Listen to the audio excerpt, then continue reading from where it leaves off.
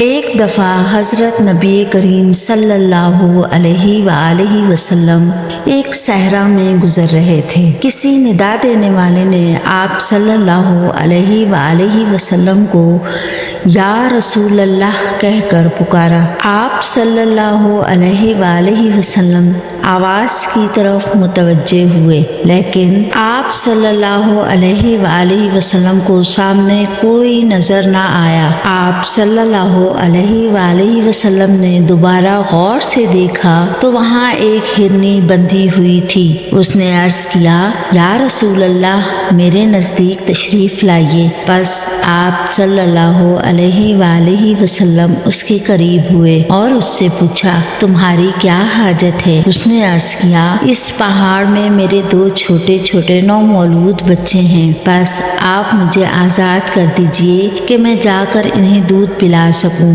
پھر میں واپس لوٹ آؤں گی۔ آپ صلی اللہ علیہ وآلہ وسلم نے پوچھا، کیا تم ایسا ہی کرو گی؟ اس نے عرض کیا، اگر میں ایسا نہ کروں تو اللہ تعالیٰ مجھے سخت عذاب دے۔ بس آپ صلی اللہ علیہ وآلہ وسلم نے اسے آزاد کر دیا۔ وہ گئی، اس نے اپنے بچوں کو دودھ پلایا اور پھر واپس لوٹ آئی۔ آپ صلی اللہ علیہ وآلہ وسلم نے اسے دوبارہ باندھ دیا۔ پھر اچانک وہ اعرابی جس نے اس ہرنی کو باندھ رکھا تھا متوجہ ہوا اور اس نے عرض کیا، یا رسول اللہ میں آپ کی کیا خدمت کر سکتا ہوں؟ آپ صلی اللہ علیہ وآلہ وسلم نے فرمایا، ہاں، اس ہرنی کو آزاد کر دو۔ بس اس اعرابی نے اسے فوراً آزاد کر دیا۔ وہ وہاں سے دوڑتی ہوئی نکلی اور ساتھ یہ کہتی جا رہی تھی، میں گواہی دیتی ہوں کہ اللہ کے سوا کوئی عبادت کے لائق نہیں